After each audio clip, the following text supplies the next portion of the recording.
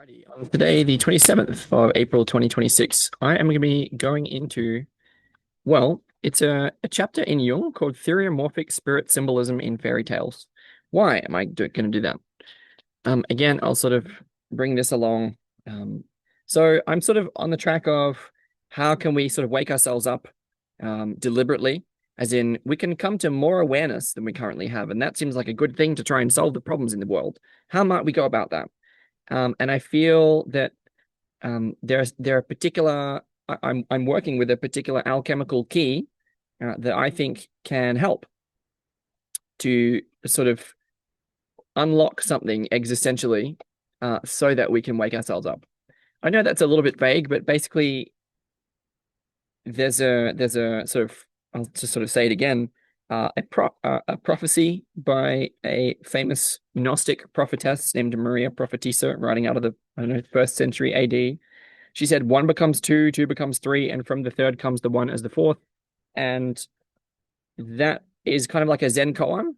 It's and on a particular occasion, it sort of opened up something for me in my experience, and this diagram is a depiction of that experience. And so what I'm sort of trying to do is, through Jung, understand that experience. And here, like the way that sort of Jung has expressed this is sort of by focusing on that the last line in particular. From the third comes the one as the fourth. Well, what could that mean? Well, so for Jung, this has to do with this sort of old alchemical problem of three and four. And I've previously, in a couple of different places, really struggled to try to speak about the problem of three and four and make it and show its relevance to certainly my own work.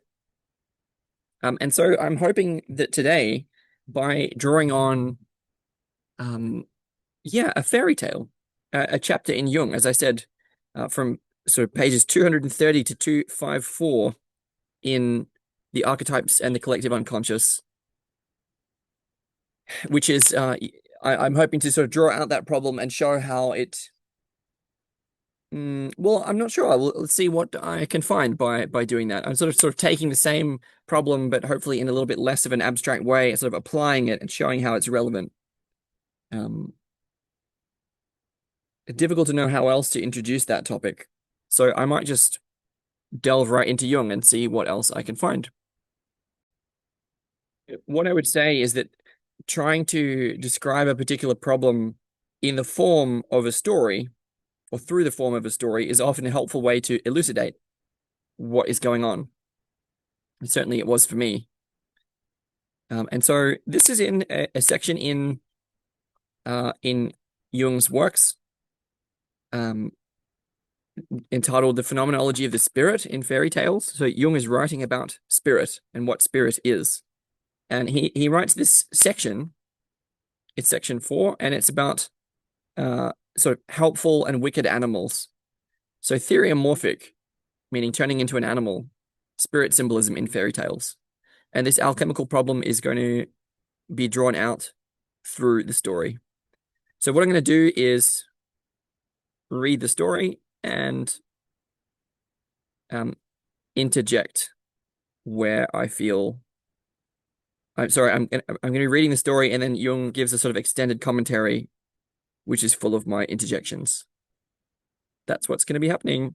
Otherwise, I could simply say that, sort of to connect it a little bit more, toward the end of his career, Jung started to regard archetypes as psychoid, which means rather than arising from within the psyche, they structurally inform both psyche and cosmos.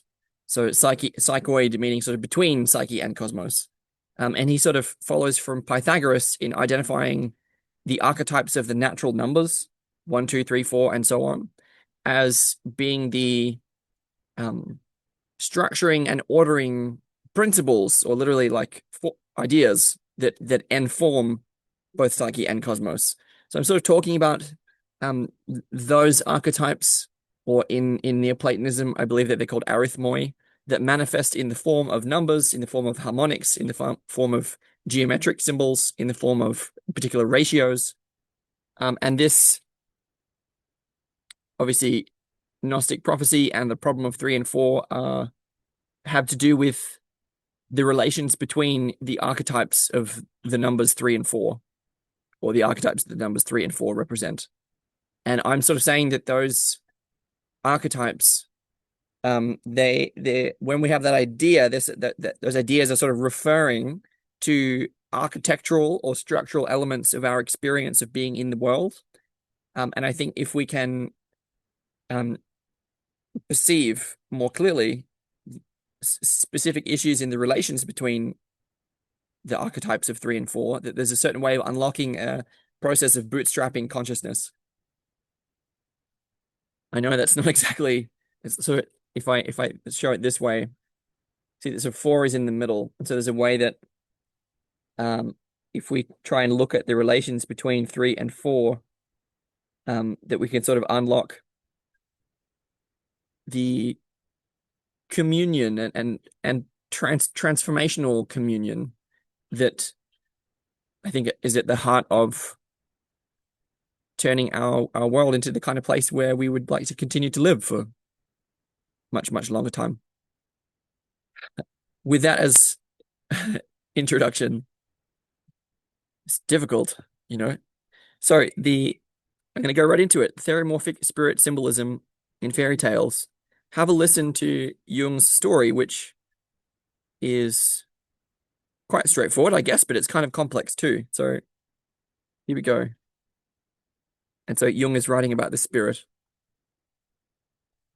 Quote, "The description of our archetype, meaning the archetype of spirit, would not be complete if we omitted to consider one special form of its manifestation, namely its animal form.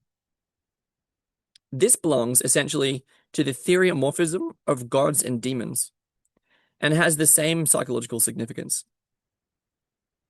The animal form shows that the contents and functions in question are still in the extra-human sphere, i.e., on a plane beyond human consciousness, and consequently have a share, on the one hand, in the demonically superhuman, and on the other hand, in the bestially subhuman.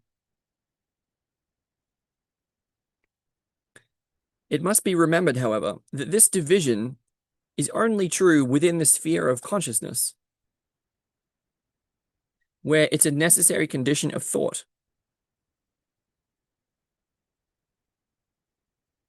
Logic says, tertium non datur, meaning that we cannot envisage the opposites in their oneness.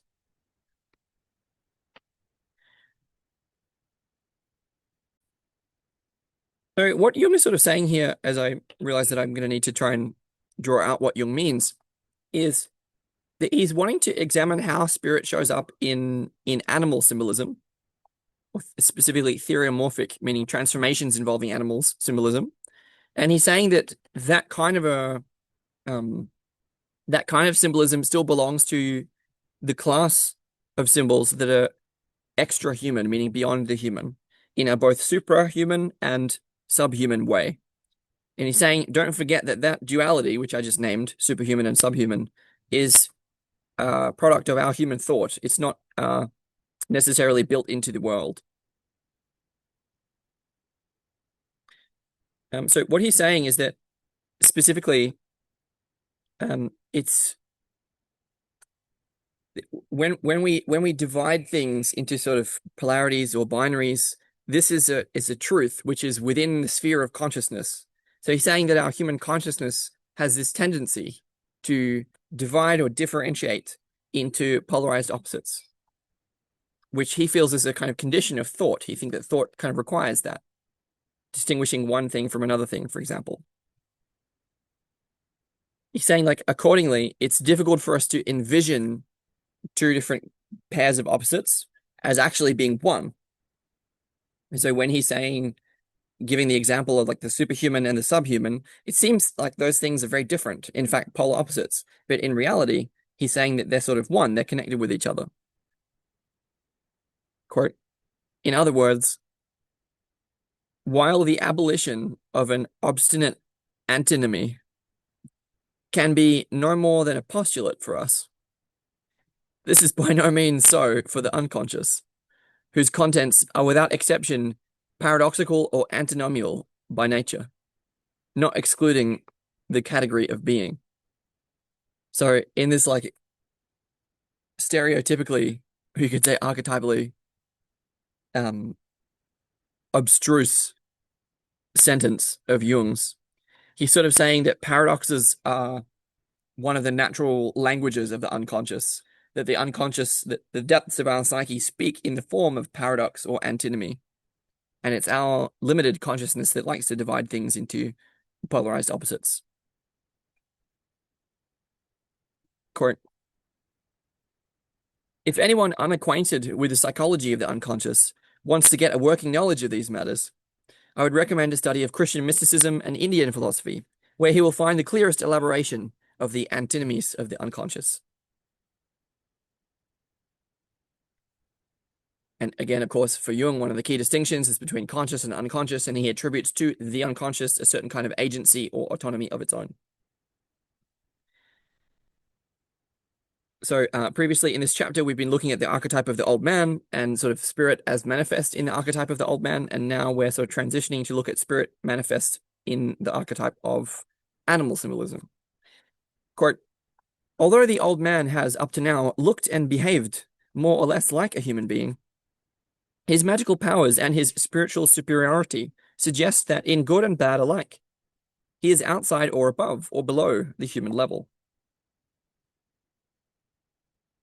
Neither, quote, for the primitive nor for the unconscious does his animal aspect imply any devaluation, for in certain respects the animal is superior to man. So what he's saying is that the archetype of the old man, the wise old man, sort of shares this same quality, that there are aspects of that archetype that are sort of superhuman and subhuman in a way that doesn't have to feel like a problem or an opposition or involve any kind of... What he's saying is that there's no sort of inherent moral devaluation of the subhuman or animal in either the archetype of the wise old man or the archetype of the animal, where spirit is manifest in either case. As he was saying, in certain respects, the animal is superior to man. Quote, it has not yet blundered into consciousness, nor pitted a self-willed ego against the power from which it lives. On the contrary, it fulfills the will that actuates it in a well-nigh perfect manner. Were it conscious, it would be morally better than man. So what he's saying here is referring to the consciousness of animals, and he's sort of saying that there's a way that those animals are, they're effortless and they're perfectly themselves in a way which is enlightened or awakened. They have not fallen into the human condition, the condition of duality, of division, of differentiation that he feels is native to our human consciousness. And in this way, this grants animals, in some sense, a moral superiority, were it conscious, but it's not. As I continue here, quote, there is deep doctrine in the legend of the fall. It is the expression of a dim presentiment that the emancipation of ego consciousness was a Luciferian deed. Man's whole history consists from the very beginning in a conflict between his feeling of inferiority and his arrogance. Wisdom seeks the middle path and pays for this audacity by a dubious affinity with daemon and beast, and so is open to moral misinterpretation. So again, what Jung is referring to is a sort of deep, sort of mythological presentiment or thought, or feeling, which goes along with the evolution of human consciousness. And what he's sort of saying is that we have a sort of dim recognition that when our human consciousness emerged, there was something Luciferian about that. And this is expressed in the myths of the fall, the fall into human consciousness, the fall into the human condition.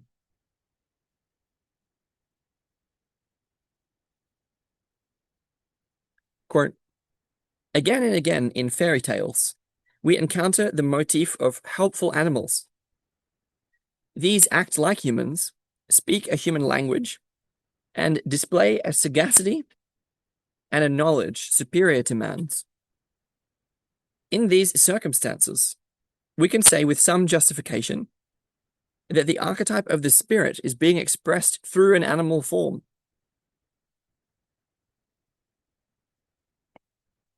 And so he's referring to a particular and like well-known part of the hero's journey, right? Which is like the hero leaves the community and then very often helpful animals show up. And it's like, what's the deal with that? Why is that happening all the time? Well, it seems that there's a certain archetype of the spirit and that spirit can be expressed as working through animal form. And we're trying to explore that a bit more. Now he goes straight toward this German fairy tale, which I'm trying to approach. Jung obviously taking his time to do so. Quote,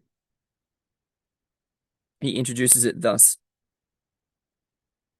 A German fairy tale called The Princess in the Tree relates how a young man, while searching for his lost princess, meets a wolf who says, "Do not be afraid.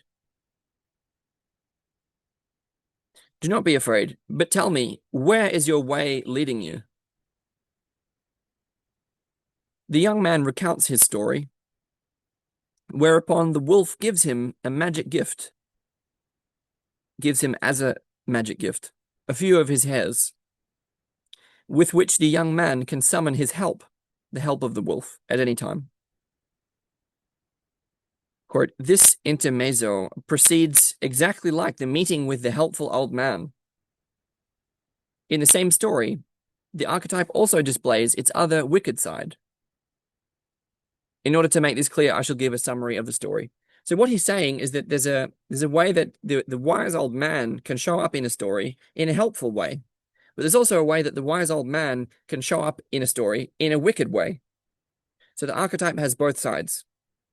And in the same way, the archetype of the spirit can show up in animal form, in a helpful way or in a wicked way. And this story shows both. And now he's going to outline the story. Quote, while the young man is watching his pigs in the wood, he discovers a large tree whose branches lose themselves in the clouds. How would it be, he says to himself, if you were to look at the world from the top of that great tree? So he climbs up. All day long he climbs, without even reaching the branches. Evening comes, and he has to pass the night in a fork of the tree. Next day he goes on climbing, and by noon has reached the foliage. Only towards evening does he come to a village nestling in the branches. The peasants who live there give him food and shelter for the night. In the morning he climbs still further.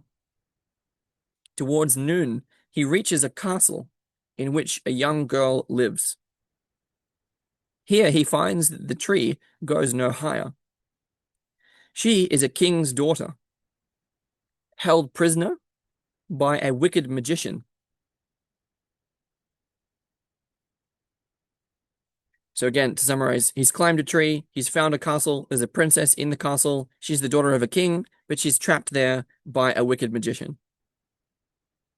So the young man stays with the princess, and she allows him to go into all the rooms of the castle. One room alone she forbids him to enter. But curiosity is too strong. He unlocks the door, and there, in the room, he finds a raven fixed to the wall with 3 nails. One nail goes through his throat, the 2 others through the wings. The raven complains of thirst, and the young man, moved by pity, gives him water to drink. At each sip, a nail falls out, and at the 3rd sip, the raven is free and flies out at the window. When the princess hears of it, she is very frightened and says, "That was the devil who enchanted me. It won't be long now before he fetches me again." And one fine morning, she has indeed vanished. So one thing I just want to mention in passing here, again, so a little summary, he's found the princess in the castle who's the daughter of a king, but she's been trapped by a wicked magician. And then she said, you can go anywhere you like, except for this one room. And in that room, he found a raven which had been crucified with 3 nails. and he gave the raven water to drink, and it turned out that the raven was the wicked magician who had trapped the princess, and when he was freed, he trapped the princess again. She had vanished, so he took her away again. So one of the things I just want to mention in passing here is the similarity to the story of Harry Potter and the Philosopher's Stone. If you recall, in the story of Harry Potter and the Philosopher's Stone, Harry is also trying to find the Philosopher's Stone on a kind of alchemical quest. And there is not only a forbidden forest in the woods, but there is a forbidden room on the third floor corridor. So this is the idea. There's also the room of requirement later in the story, later in the series, which is related but not quite the same. In the first book, there is this forbidden room, and Harry knows that he has to go in there, even though they originally find it by accident. And what's behind the wall is the three-headed dog, Fluffy, who's like Cerberus, who guards Hades in the Greek myths. And in a similar way, in this story, the hero went through the door that he wasn't supposed to, and he found a different animal, a raven, fixed by 3 nails. So there's something about the number 3 there, obviously. And in the same way, in this story, he gave the raven water to drink, and that freed the raven. In the Harry Potter story, he played music well, Snape played music for Fluffy, and that put Fluffy to sleep. So I'm just sort of noticing these similarities, and now I will continue with the story. As I was saying, the princess has now been spirited away again by the magician, wicked magician who was the raven. Quote, the young man now sets out in search of her, and as we've described above, meets the wolf. So this was referring back to the first part of the story that he mentioned, which is when the hero encounters the wolf and explains the situation to the wolf, and the wolf gives him some hairs. Quote, in the same way, he meets a bear and a lion, who also give him some hairs. In addition, the lion informs him that the princess is imprisoned nearby in a hunting lodge. The young man finds the house and the princess, but is told that flight is impossible, meaning to flee with the princess is impossible, because the hunter possesses a 3-legged white horse that knows everything and would infallibly warn its master. Despite that, the young man tries to flee away with her, the princess, but in vain. The hunter overtakes him, but because he had saved his life as a raven, lets him go and rides off again with the princess. Okay, so to summarize that, again, he sort of lost the princess in the castle, in the tree, and now he's sort of back on the ground, and he found some helpful animals who told him about this hunter who was keeping the princess. So it turns out that this wicked magician is the raven, is the hunter. They're the same guy. And this hunter has a 3-legged white horse, which is all-knowing. And so when he tried to escape with the princess and with the hero, the hunter found him because of the horse and let him go because he'd saved his life as a raven, but he took the princess again. Jung continues, quote, when the hunter has disappeared into the wood, the young man creeps back to the house and persuades the princess to wheedle from the hunter the secret of how he obtained his clever white horse.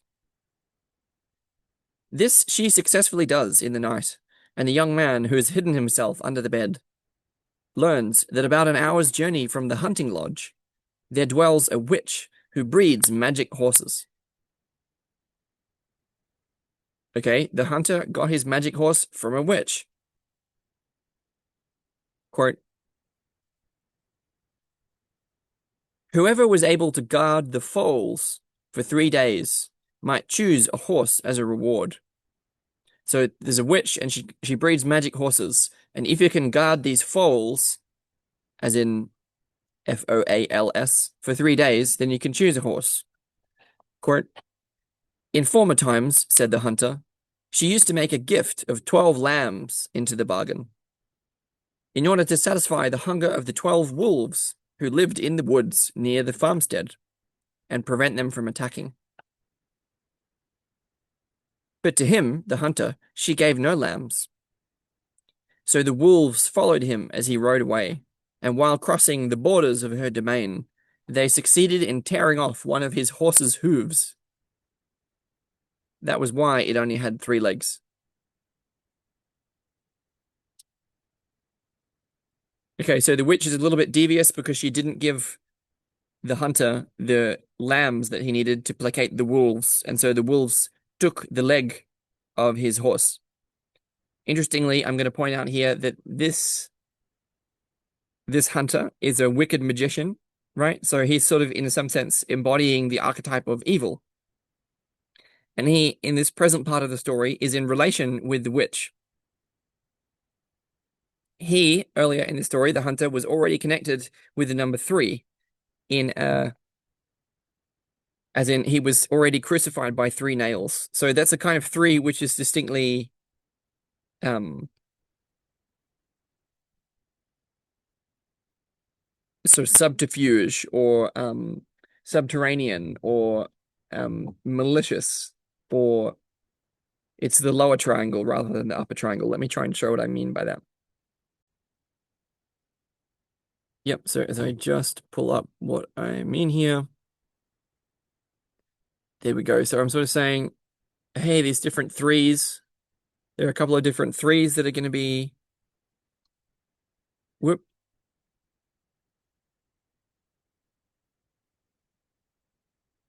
Okay, so what I'm saying here is with this hunter guy, right? We're talking about the relation between the hunter and the witch.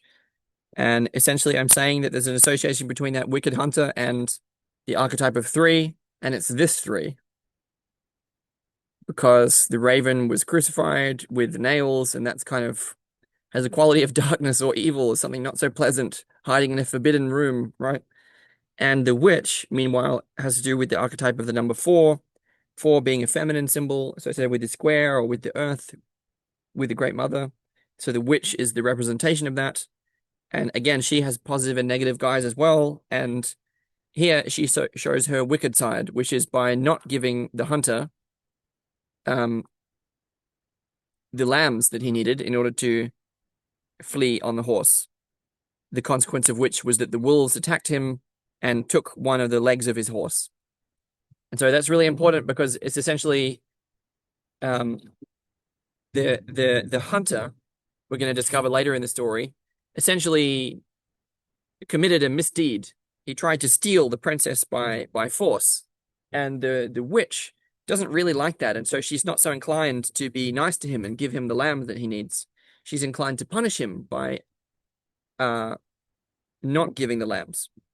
And so what I'm saying here is that this hunter fellow is sort of making a mistake which is roughly equivalent to the mistake of Cain in Genesis. He's not honoring the feminine or the earth in the right way. He doesn't quite have the right attitude, which we're going to see later, the attitude of the hero. And that matters. But what's important to note here is just that the issue in the relations between the masculine shadow in the form of the hunter and the feminine shadow in the form of the witch creates the problem of 3 and 4 in the form in this story of the white horse with 3 legs. I've said enough about that for the moment. I'm going to continue with the story now and stop with my little share. There we go. All right, quote. So sort of the hero has now found out how the hunter obtained his horse and the reason that it only had 3 legs. Quote, then the young man made haste to seek out the witch and agreed to serve her on condition that she gave him not only a horse of his own choosing, but 12 lambs as well. To this she consented. However, immediately, So instantly she commanded the foals to run away, and to make him sleepy, she gave him brandy. He drinks, falls asleep, and the foals escape. On the first day, he catches them with the help of the wolf. On the second day, the bear helps him, and on the third, the lion. He can now go and choose his reward. The witch's little daughter tells him which horse her mother, the witch, rides. This is naturally the best horse, and it too is white. Hardly has he got it out of the stall when the witch pierces the four hoofs and sucks out the marrow from the bones. From this, she bakes a cake and gives it to the young man for his journey. The horse grows deathly weak, but the young man feeds it on the cake, whereupon the horse recovers its former strength. He gets out of the woods unscathed after quieting the 12 wolves with the 12 lambs.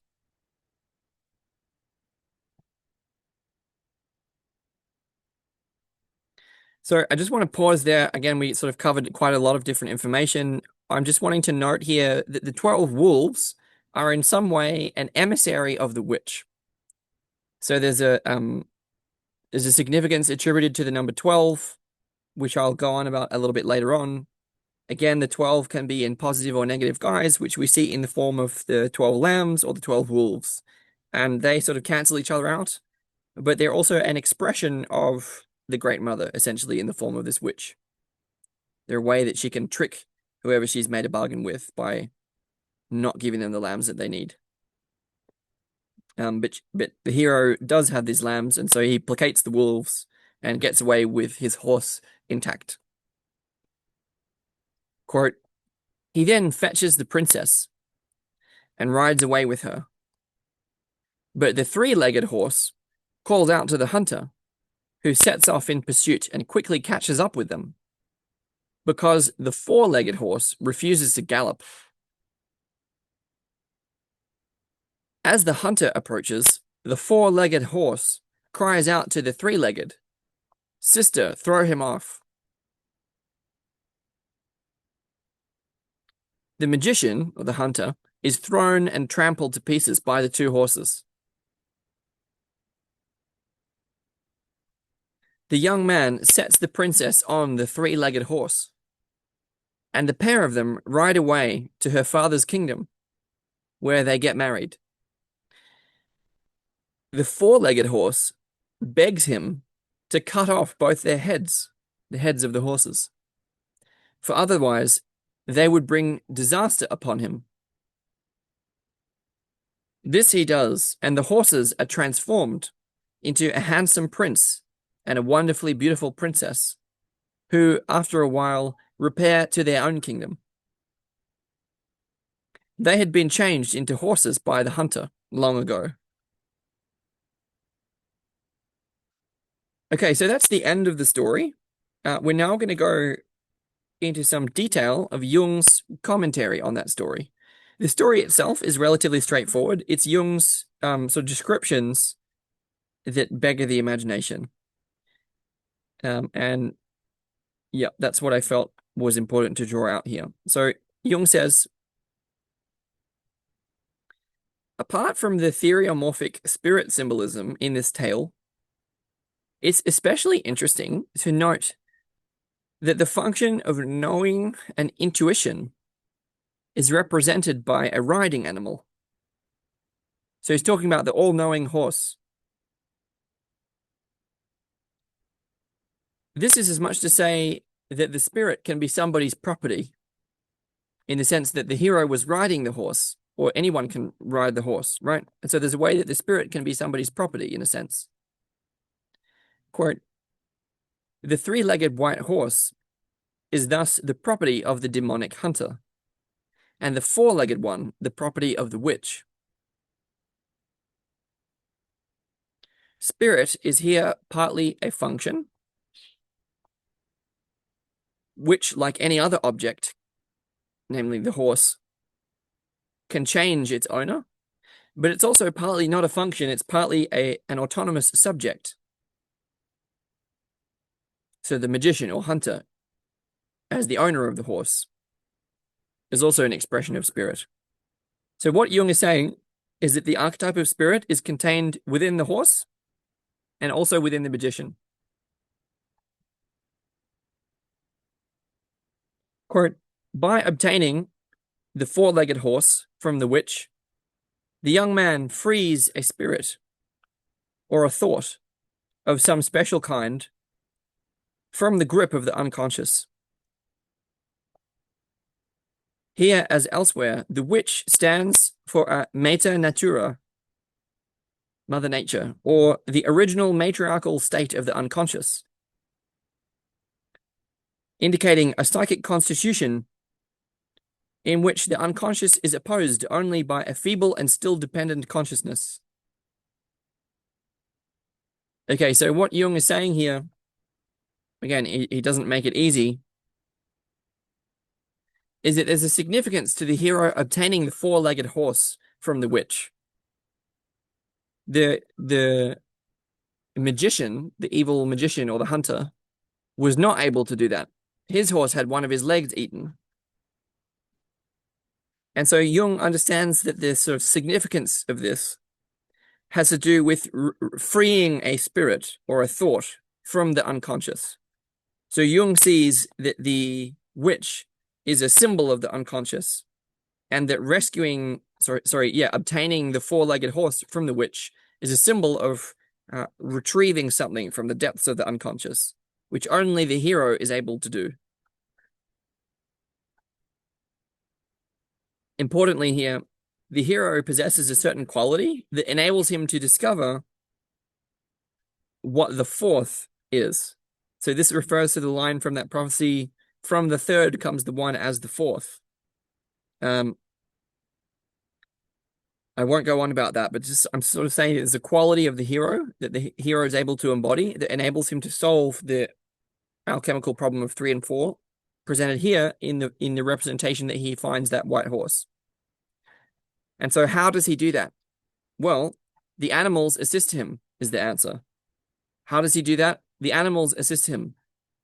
Again, the animals assisted him to retrieve the foals that the witch had allowed to escape.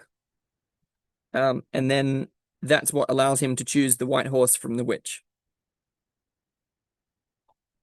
So by his association with animals, also certain other characterological qualities that we'll go into, he is able to rescue the horse, which later turned out to be a person. Jung says, quote, the four-legged horse shows itself superior to the three-legged horse, since it can command the latter. And since the quaternity is a symbol of wholeness, and wholeness plays a considerable role in the picture world of the unconscious, the victory of four-leggedness over three-leggedness is not altogether unexpected. Quote, but what is the meaning of the opposition between threeness and fourness? Or rather, what does threeness mean as compared with wholeness?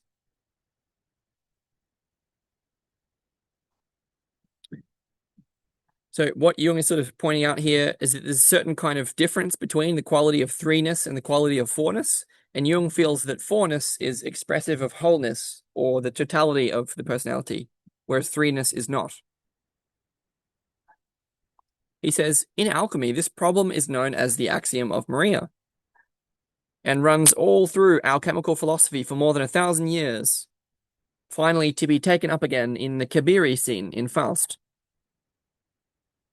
The earliest literary version of it is to be found in the opening words of Plato's Timaeus, of which Goethe gives us a reminder.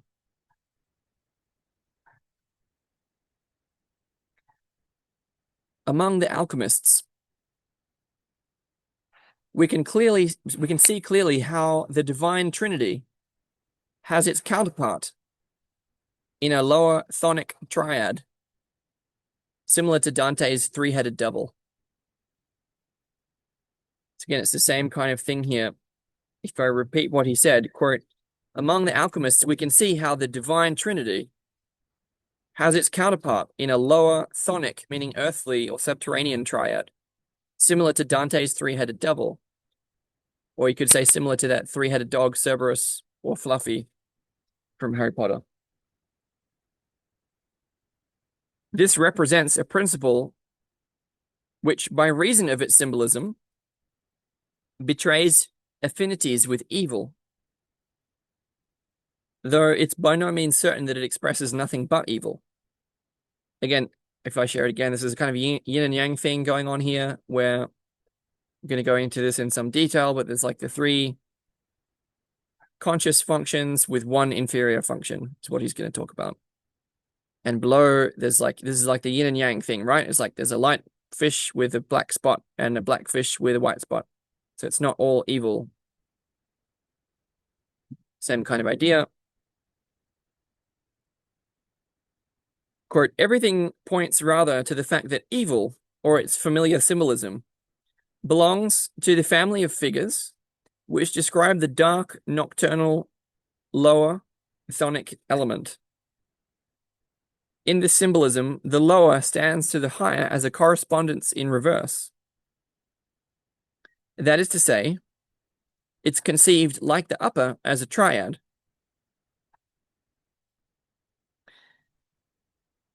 So what he's sort of saying here is simply that, again, like evil seems to be connected with the lower half, roughly speaking,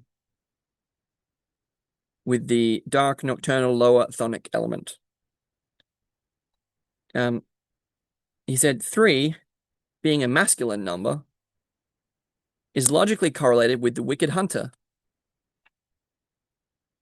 who can be thought of alchemically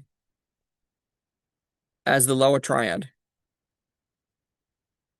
So what he's saying, again, is that this lower triad here is in some ways equivalent to the hunter. So he is representing this archetypal principle in the story. Quote, 4, which is a feminine number, is assigned to the old woman, the witch. Quote, thus the 2 horses are miraculous animals that talk and know, and thus represent the unconscious spirit, which in one case is subordinated to the wicked magician, the hunter, and in the other case to the old witch. So again, he's referring to these 2 miraculous horses with 3 legs and 4 legs. And one of the horses is subordinate to the wicked magician, and one of the 3-legged horse, and one of the horses is subordinate to the witch, namely the 4-legged horse. Okay, as I pause for a minute, I just sort of noticed that the next section is like by far probably the most difficult section of the whole thing. So Jung sort of like dives headlong into all of this alchemical stuff that he's drawing out of this German fairy tale. And that's what I'm trying to. I have to try and do the job of like, I guess translating Jung. Trying to express what Jung is saying, and then saying the places in which I think Jung is wrong, and why and how. And it's just a challenge, right? So I think all that's really necessary to note at this point is if I draw this thingy back up again. The sort of like in like this sort of theological mainstream Western canon, there's like God the Father, who's represented as the Trinity, the 3-in-1 Father, Son, and Holy Spirit combination. And in the Gnostic myths, there's like a feminine principle which is sort of hiding behind that Trinitarian God, namely Sophia. And so those two, the triune God and Sophia, sort of correspond to the light versions of 3 and 4. And Jung is sort of pointing out that in the alchemical tradition, which is sort of like the heretical undercurrent within the Western canon, there are sort of opposites that are constellated of both of those archetypes that I mentioned. Namely, there's a sort of triune God, in a sense, which is the opposite in being sort of negative rather than positive, dark rather than light, chthonic, meaning earthly rather than heavenly, but still being masculine. And also like a negative face of the feminine as well, like as the witch or the negative face of the Great Mother. So like Kali or however you want to represent that. And he's simply pointing out that that's the case. Um, I'm sort of wanting to say here, um, you can see how like I just defined like a couple of dualities, right? There's a sort of like there's a masculine triad, an upper one, and there's a masculine triad and it's kind of lower, three being a masculine number. Well, that's two, right? There's two of them, so it's a duality.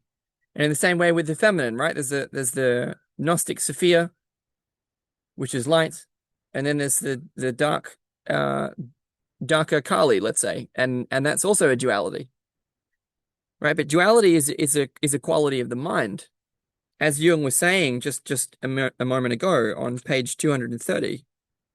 That these antinomies or paradoxes are a product of our human consciousness. And so what I'm sort of saying is that the real archetypes of the three and the four, they refer to, again, I sort of described already, architectural or structural pieces of our experience. They're sort of aspects of what's going on. And they have an independent reality that is non-dual, in a phrase.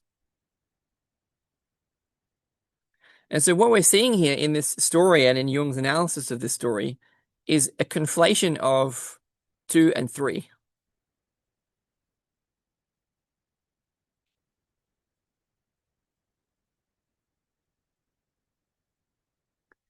And so part of the I have to try and draw that out a little bit more.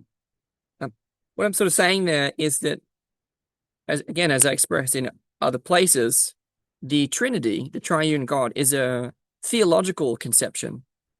There are other conceptions that are like more philosophical, like the Platonic transcendentals, or other examples from Norse, Vedic, and Mesopotamian, as well as Egyptian traditions that express the triune God in archetype, at least.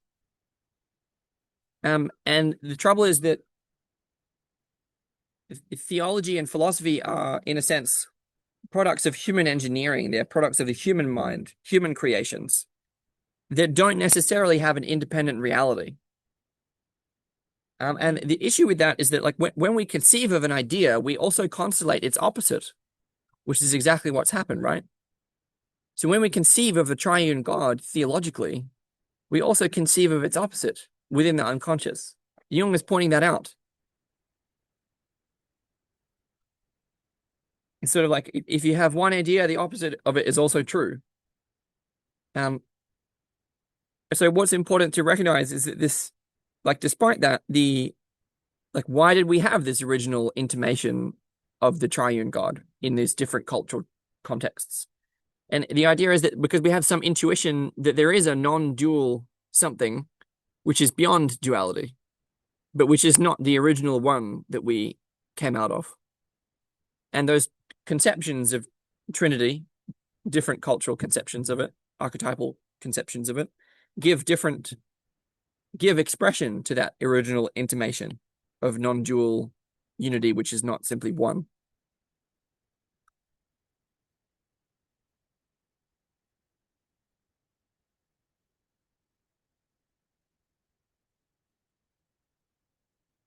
And so what I'm sort of attempting to do here is to disentangle our intimations of the non-dual divine from the dualistic tendencies of the human mind, which is obviously very challenging. So if I try to distill into a phrase, like the primary contribution I'm trying to make to this particular exegesis is the idea that when we conceive of ideas from the mind, they're sort of limited to an inherently dualistic form. And we can try to approach the third that we conceive of, that we sense, but doing so philosophically and theologically is a mistake. And we see this sort of thing, this mistake, this conflation, expressed in the story. So if I keep going with Jung now, who reveals that, he says, quote, again, we were talking about how the 3 being a masculine number is logically correlated with the wicked hunter and his 3-legged horse, whereas the 4 being a feminine number is assigned to the old woman, the witch, and her 4-legged horse. Quote, between the 3 and the 4, there exists the primary opposition of male and female. But whereas 4-ness is a symbol of wholeness, 3 is not. So what we can see there is that even though that hunter represents the archetype of the 3rd, and even though that witch represents the archetype of the 4th, there's also a duality which is overlaid, namely the duality of male and female, the hunter being male and the witch being female. And so that's a kind of primary opposition, that binary, that polarity, that split between male and female, which is hard to shake. And so the point here is that the real quote unquote archetypes of the 3rd and the 4th are beyond duality, existentially speaking. But as ideas, we project them into characters who are admittedly human.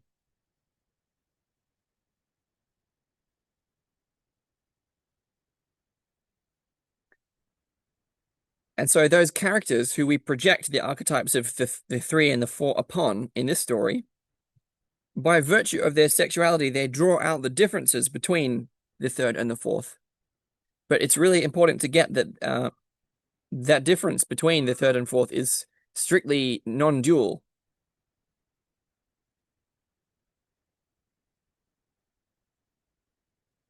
Jung says, again, between the 3 and the 4, there exists a primary opposition of male and female, but whereas 4-ness is a symbol of wholeness, 3 is not. The latter, 3-ness, according to alchemy, denotes polarity. Since one triad always presupposes another, just as high presupposes low, light presupposes darkness, and good presupposes evil. So I think this, the mistake that I'm pointing to is embedded within the alchemical tradition. So Jung is stating that within alchemy, the trinity, the triad, denotes polarity, which doesn't really make sense. What I'm saying is that there is, in fact, a 3rd, which is like the Holy Ghost, or in the Greek tradition, it's the Logos, right? Which is a non-dual reality, which is beyond polarity. But we keep mistaking them, the 2 and the 3, because we keep using the mind so much. So I said that 3-ness only denotes polarity in the alchemical tradition because the alchemical conception or idea of the 3rd is native to the dualistic and antinomial mind, which deals in paradoxes between opposites. However, the archetype of the 3rd is not by any means an idea, and therefore does not denote polarity. It's just that our ideas about that archetype are not very good at pointing to it.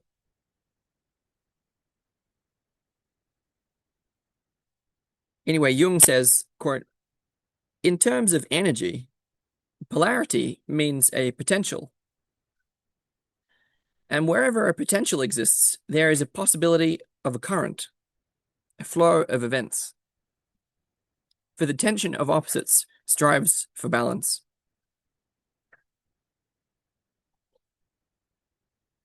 So what Jung is sort of gesturing over toward is the idea that to develop individually and spiritually and so on, we can integrate different pairs of different inner conflicts. And so when we no longer get caught up within one of those conflicts, one of those dualities, then we can outgrow it. We can move past it. And this is, for Jung, individuation. And so what he's sort of saying here is that the tension between these different pairs of opposites points to an opportunity for growth. And he sees that one such opportunity in the tension between the triangles that I have been pointing to. And he's right. He's right that sort of only by, quote unquote, solving the problem of 3 and 4, or by restoring the psyche to wholeness, or bringing these triangles back together to create a kind of dodgy looking square, is it possible to sort of fix the issue. So difficult to talk about this stuff in a way that makes sense. But anyway, Jung says,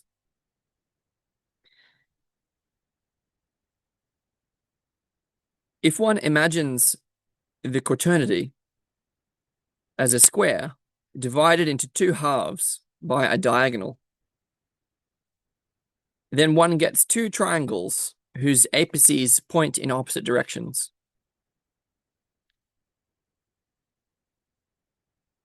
One could say that one could therefore say metaphorically that if the wholeness symbolized by the quaternity is divided into equal halves,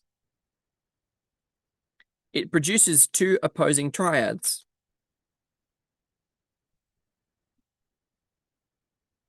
This simple reflection shows how 3 can be derived from 4.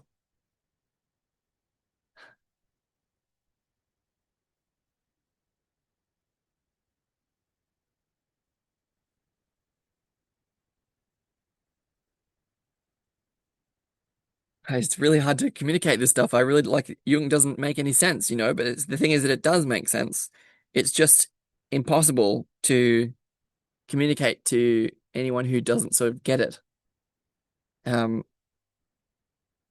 So like if you imagine that 4 is a symbol of wholeness, right? Well, if you draw a line between the square, then you create two triangles, right? Which are 3 and 3. So that's how you get 3 from 4. Through division. And so what I'm saying is that like if you imagine that quaternity, that square, is a kind of original wholeness, then it's sort of divided or split into two trinities in this case.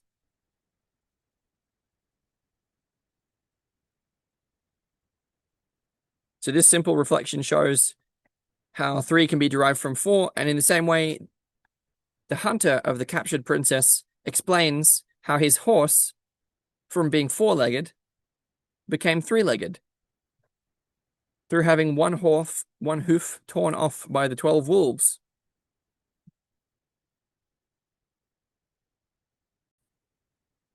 Okay, so as I sort of continue with Jung here, despite the difficulty of communicating this material, we were talking about how an original state of wholeness can derive into two different triads by way of division, as in if you split a square into two triangles, you create two, then you have two triangles. And well, you could sort of, one of the questions you could sort of ask from that point is like, where does that initial division come from? Like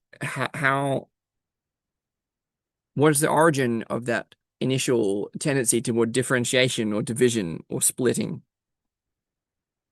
So there's a way that this sort of production of threes or triads seems to be a sort of unexpected side effect of dividing wholeness. So if I continue, he sort of says, quote, again with reference to the story, that the three-leggedness of the horse of the magician hunter is due to an accident, which occurred at the very moment when the horse was leaving the territory of the Dark Mother.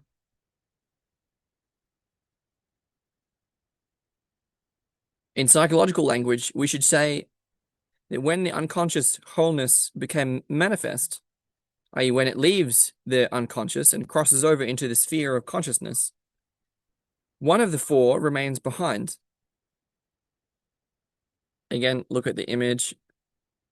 I share the same image. Like if you imagine that the top half is the half of consciousness and that in some way it's born from the mother of the unconscious. Well, when that happens, when it emerges, one of the four remains behind. Look, there's a light triangle which is stuck in there. That's sort of represented by the hoof of the magician's horse. Again, he said, in psychological language, we should say that when the unconscious wholeness becomes manifest, i.e., when it leaves the unconscious and crosses over into the sphere of consciousness, one of the four remains behind, held fast in the horror vacui of the unconscious. Quote, there thus arises a triad, which, as we know, not from the fairy tale, but from the history of symbolism, constellates a corresponding triad in opposition to it. In other words, a conflict ensues. So what he's saying is that this accident or this mistake that happened when one of these triangles, the fourth here, was left behind, when the three emerged into the light of consciousness, this created a conflict because it constellated these two different triangles, which is a duality, right? Quote, here too we could ask with Socrates, 1, 2, 3, but my dear Timaeus, of those who yesterday were the banqueters and today are the banquet givers, where is the fourth? He has remained in the realm of the Dark Mother, caught by the wolfish greed of the unconscious, which is unwilling to let anything escape from its magic circle save at the cost of a sacrifice. So if I try to express a little bit more of what is meant by all that, I know it's a bit of a jumble. It's very difficult to boil it down into just like one little catchphrase, it's not really that sort of material. And basically, like as a rough orienting direction, development, like inner development, again, involves outgrowing different pairs of opposites. And so not being caught up in them so much. This is for Jung in the process of individuation. So roughly speaking, instead of creating new polarities, we should actualize the potential which is available within the polarities which already exist, one of which is those two opposing triads. So we don't exactly need new ideas. We need to allow our pre-existing ideas to constellate into polarities where genuine dialogos then allows a portal to open between any two. So I'm saying that there is a way that we can access the non-dual space between any two, but it requires particular skills, particular techniques, and philosophy and theology are not up to the task of doing that.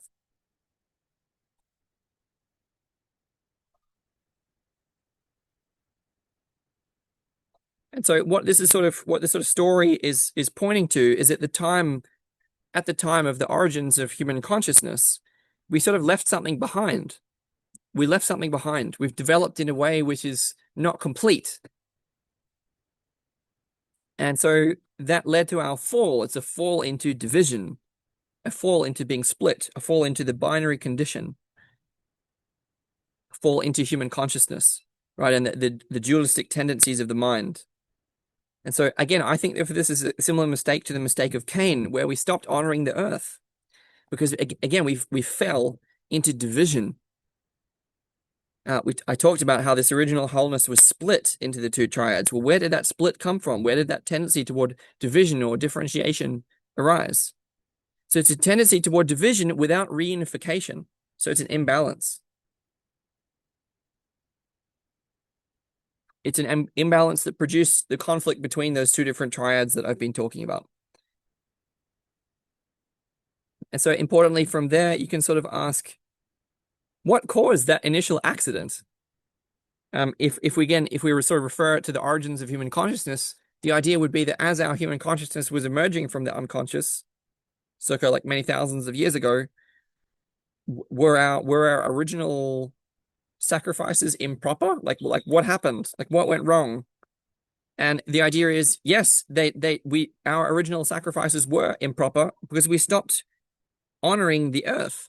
We forgot that we are, in fact, the earth. So we didn't honor the mother in the appropriate way. In this story, embodied by the witch, here in this story, we saw how that was the kind of mistake that the hunter made. The hunter tried to sort of steal a princess by force, and the witch was not so happy with that. And so she didn't give him any lambs, and so his horse was mauled by the 12 wolves, which are her emissaries. Whereas the hero made sure to do a deal that included receiving 12 lambs to placate the 12 wolves, right? And so avoided the same accident by virtue of being the hero. And so what I'm saying is that the hero, in a way, pays proper tribute to the witch, to the Earth Mother. Where that witch, we have to understand that witch is representing an archetypal category, which includes the earth, the body, the void, the unconscious. It's that archetype of the Earth Mother.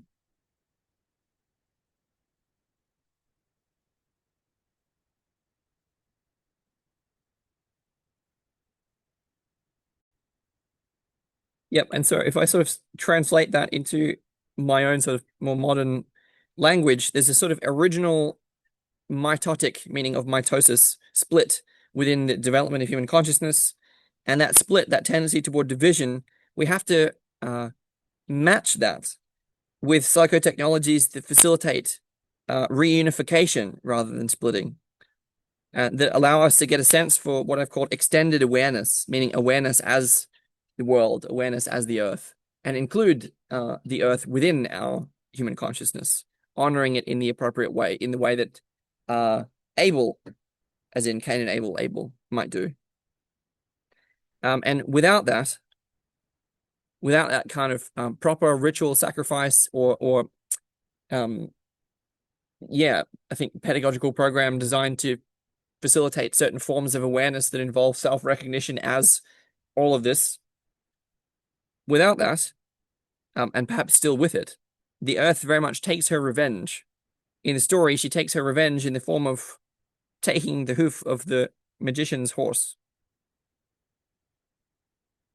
But it's very much happening in our time as well in the form of the meta crisis. It's the same. She's taking her revenge because we're not honoring the earth in the appropriate way, and that matters. Anyway, as I continue, what I'm going to do is break up this story into the section into two parts, but I need to get over the page first. So Jung says, quote, the hunter or the old magician, who's the same character, and the witch, they correspond to negative parental imagos in the magic world of the unconscious. I don't think this is just the magic world of the unconscious. I think this is sort of what he's saying is that there is a Sky Father and that there is an Earth Mother. And this is roughly speaking, they have a positive and a negative face, each of them. And that's like an imaginal way of viewing our actual human situation.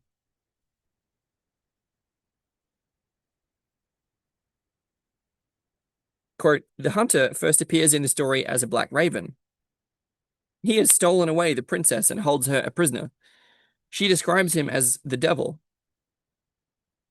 But it's exceedingly odd that he himself is locked up in the one forbidden room of the castle and fixed to the wall with 3 nails, as though crucified.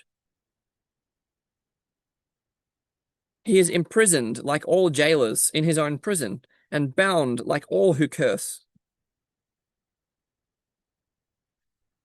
The prison of both, the princess and the magician, is a magic castle at the top of a gigantic tree, presumably the world tree. So again, what's important to note here is that it was the magician who's sort of like incarnating or representing the dark triad is himself crucified.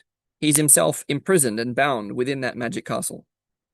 Quote, the princess belongs to the upper region of light, near the sun. Sitting there in captivity on the world tree, she's a kind of anima mundi, or the world soul, who's got herself into the power of darkness.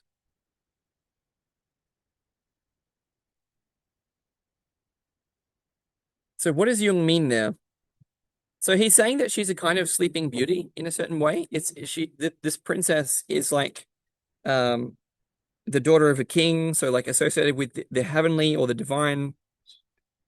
Um, and she's been imprisoned by a dark magician, so she's in some way succumbed to the power of darkness.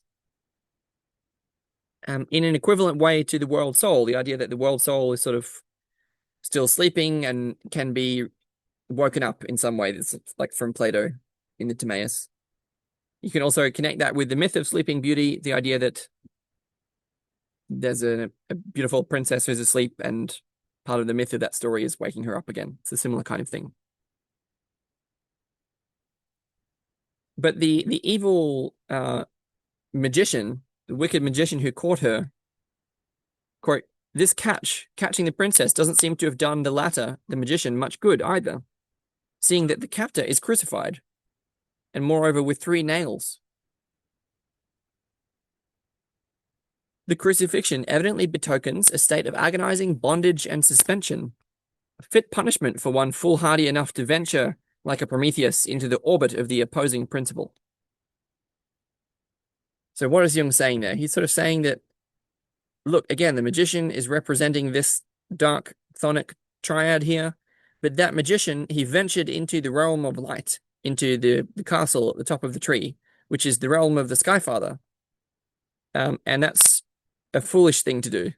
And so he was imprisoned there as well, even though he managed to capture the princess. Quote, this was what the raven, who's identical with the hunter, did when he ravished a precious soul from the upper world of light by stealing the princess. And so, as a punishment, he's nailed to the wall in that upper world.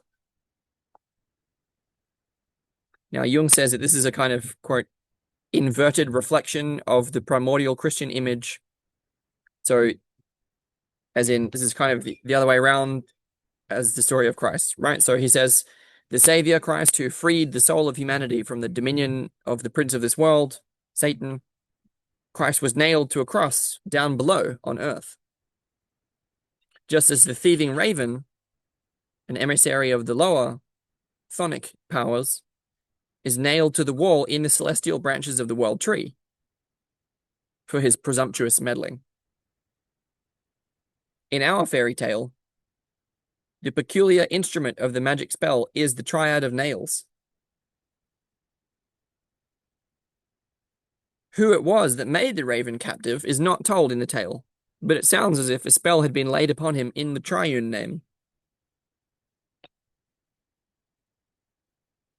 Implication being that it was like the triune god. So Jung continues here, having climbed up the world tree and penetrated into the magic castle, where he's to rescue the princess, our young hero is permitted to enter all rooms but one, the very room in which the raven is imprisoned. Just as in paradise, there was one tree of which it was forbidden to eat. So here, there is one room that's not to be opened, with the natural result that it's entered at once. Nothing excites our interest more than a prohibition. It's the surest way of provoking disobedience. Okay, so what Jung is pointing to here, actually, is that the hero shows the virtue of disobedience. He's not supposed to go into that forbidden room, but he did it anyway, just like Harry Potter, right? So the hero has integrated his shadow to a certain degree, and that allows him to rescue the raven. And even though that raven ended up stealing the princess again, it still set the story in motion.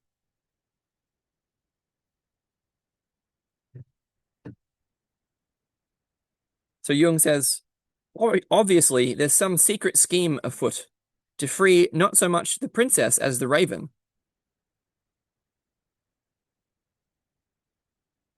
As soon as the hero catches sight of him, the raven begins to cry piteously and to complain of thirst. And the young man, moved by the virtue of compassion, slakes it, not with hyssop and gall, but with quickening water, whereupon the 3 nails fall out and the raven escapes through the open window. So again, what's important to note there is that water that was given by the hero to the raven is like the water of life, right? It's also a symbol of the mother, and it shows that the hero has this privileged, positive connection with the mother. such that he's sort of like by giving the raven the water in that way, the hero is sort of invoking Sophia, and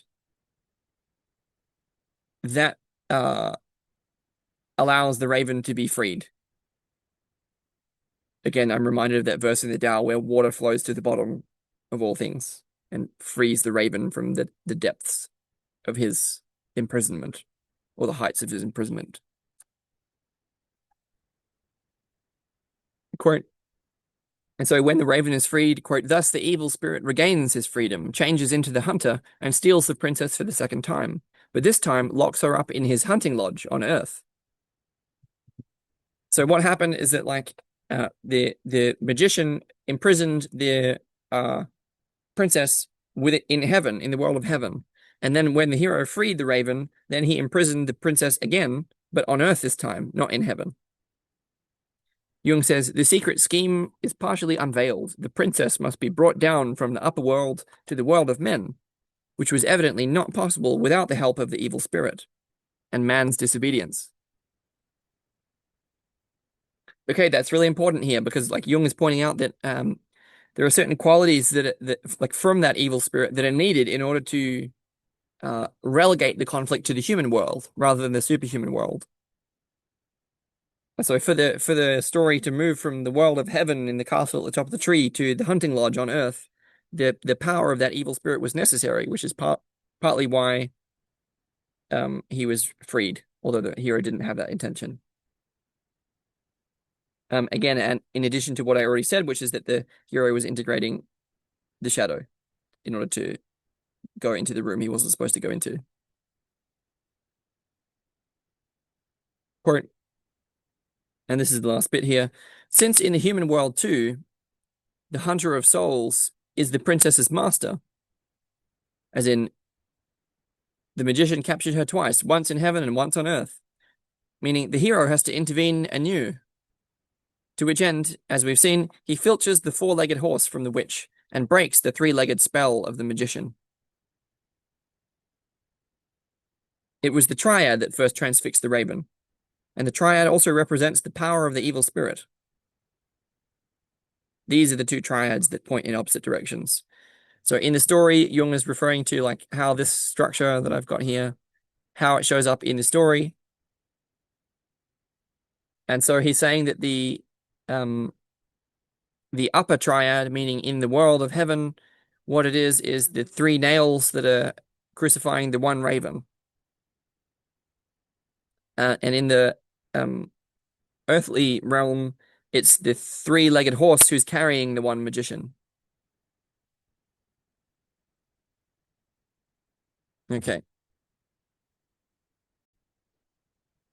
Okay, and at this point, what I'm going to do here is break this up because Jung is about to take this discussion of sort of alchemy as applied to this fairy tale and take it very distinctly into the world of his own psychology.